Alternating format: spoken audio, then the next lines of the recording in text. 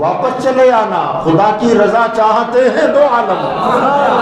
موت میں مرضی پوچھی جا رہی ہے، موت میں اجازت لی جا رہی ہے۔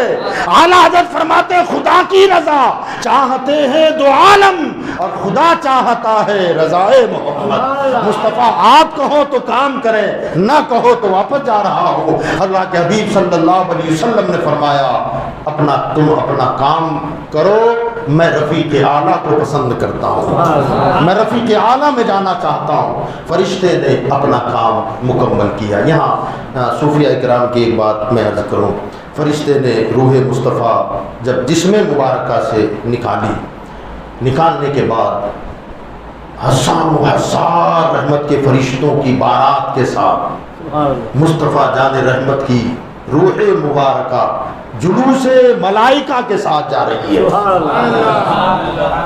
رحمت و نور کے فرشتے، رحمت کے فرشتے روح مصطفیٰ کو بشکل جلوس لے جا رہے ہیں، اور رب قدیر کی بارگاہ میں حاضر ہوئے، کہا مولا تیرے محبوب کی روح مقدس لے کے آئے ہیں، مولا کہاں رکھیں؟ کہتے ہیں یا سبحان اللہ۔ اللہ نے فرمایا کہ جو جگہ میرے نبی کے جسم سے بہتر ہو وہاں رکھ دو، جو جگہ میرے نبی کے جسم سے بہتر ہو وہاں رکھ دو۔ فرشتے نکلے، جنت دیکھی، جنت کا ہر طبقہ دیکھا، ہر گوشہ دیکھا، عرش دیکھا، کرسی دیکھی، لوح دیکھا، کائنات کا چپا چپا چھانا۔ واپس آئے، کہا مولا تیرے نبی کے جسم سے کوئی جگہ بہتر ہے ہی نہیں۔ رب نے فرمایا پھر جہاں تھی وہیں رکھ دے۔ اس لیے اعلیٰ حضرت فرماتے ہیں تو زندہ ہے واللہ، تو زندہ ہے واللہ، میری چشم عالم سے چھپ جانے والے وہ علینا الا اللہ۔